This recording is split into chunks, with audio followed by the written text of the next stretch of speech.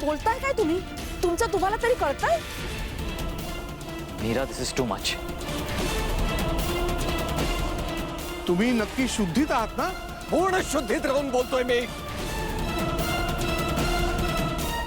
या स्त्रीमुळे माझ्या अख्ख्या कुटुंबाची वाताहत झाली.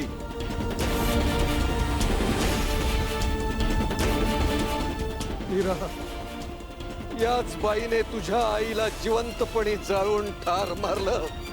तुझ्या ताईला तुझ्यापासून दूर नेलं. मीरा, प्लीज यांना समजाव जरा. बाबा, तुम्ही बोला ना काहीतरी. झालं तुमचं बोलून? आता थांबा. मंजिरी, हे काय सगळं? बोलतोय ते खरं.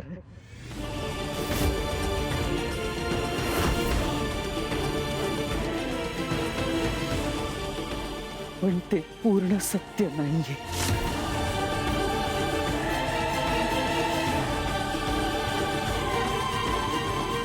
एका विधवेसाठी तिचं आयुष्य फार कठीण असतं.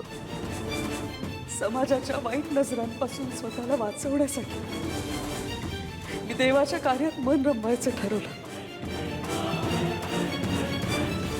मला असं वाटलं की निदान भिक्षुकी करून तरी मला जगता येईल. आणि म्हणून मी सगळे शास्त्र विधी शिकायचं ठरवलं. आणि तेव्हा मला याच्या पांडित्याबद्दल कळलं. याच्याकडे गेले, पण ती माझी सगळ्यात मोठी चूक होती. मला आसरा हवा होता, ज्ञान हवं होतं.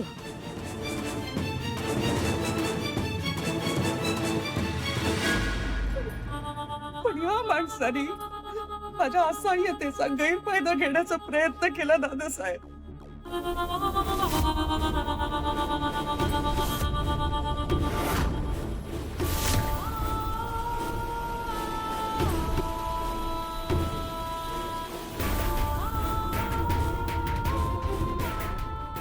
माझ्याकडे चुकीच्या गोष्टींची मागणी केली त्यांनी. मी नकार दिला.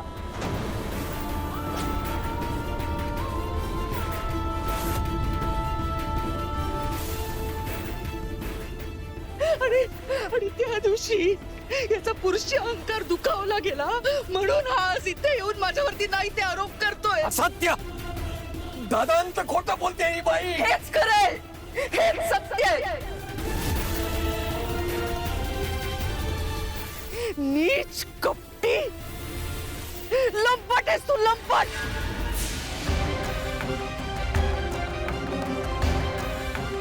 त्याला विद्यादानाचं कार्य पवित्र असतं, पण या माणसाची नजर वाईट होती.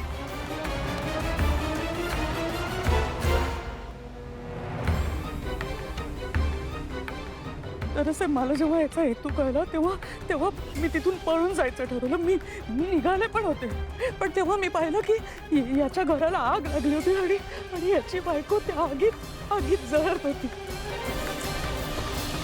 मी खूप घाबरले. मी तिला वाचवण्यासाठी आरडाओरडा सुद्धा केला, पण कोणी माझ्या मदतीला नाही आलं. दादासाहेब, कोणीच तिला वाचवायला नाही आलं.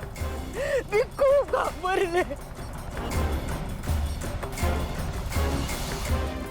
आणि म्हणून मी तिथून पळून गेले. मी मान्य करते, मी पळून गेले.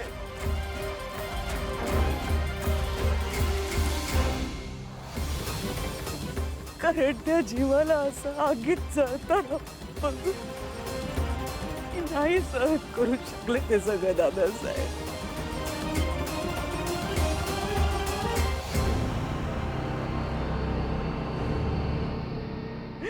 आणि याच्या मुलीबद्दल मला खरंच काही माहिती नाही. मी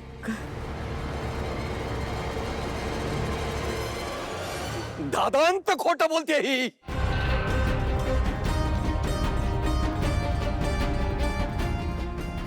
माझा हेतू कधी वाईट नव्हता, हेतू तुझा वाईट होता.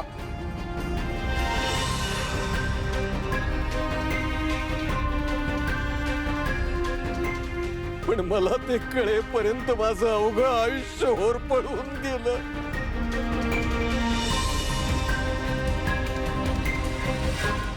तुझं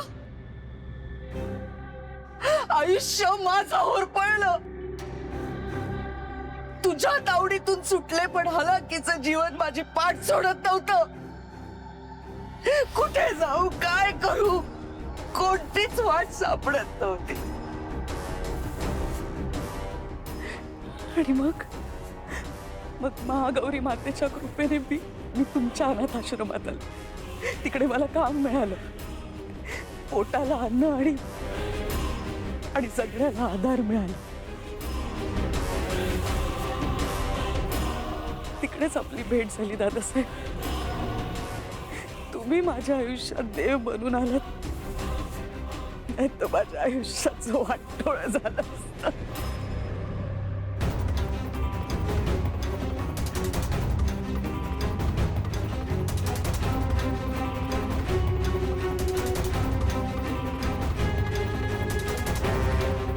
या देवमाणसाने तुला आसरा दिला, पण तू काय आहेस ते कुठे ठाऊक आहे त्याला.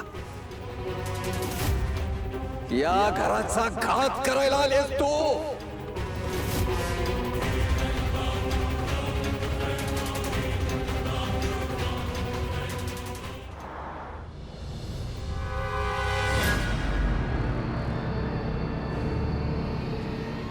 बस, खूप बोललास. जेव्हा तुम्हाला म्हणालास की तुझी दुसरी बायको तुझा घात करेल, तेव्हाच तुझ्यासारख्या माणसाला ओळखायला हवं होतं मी. मंजिरीने या घरासाठी खूप केलंय. माझा तिच्यावर पूर्ण विश्वास आहे.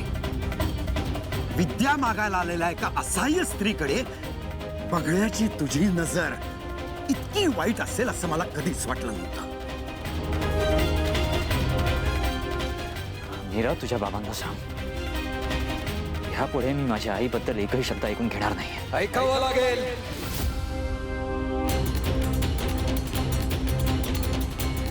ही तुझी सावत्राई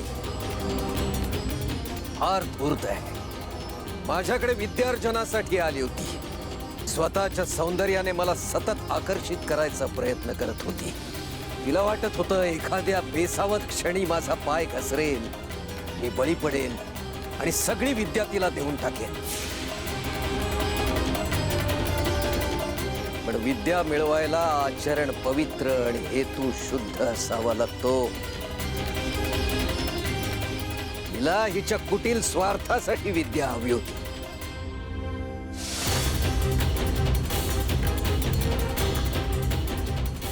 पण मी हिच्या मोहजालात अडकलो नाही. त्यावरून तिला फटकारलं, नाकारलं, म्हणून तिचा अहंकार दुखावला आणि म्हणून तिने माझ्या घराला आग लावली. नीच माणूस, गप्प बस. स्वतःचा म्हणणं खरं करण्यासाठी माझ्या ती वाटते त्या आरोप करतो. हो आई, हो माहिती आहे.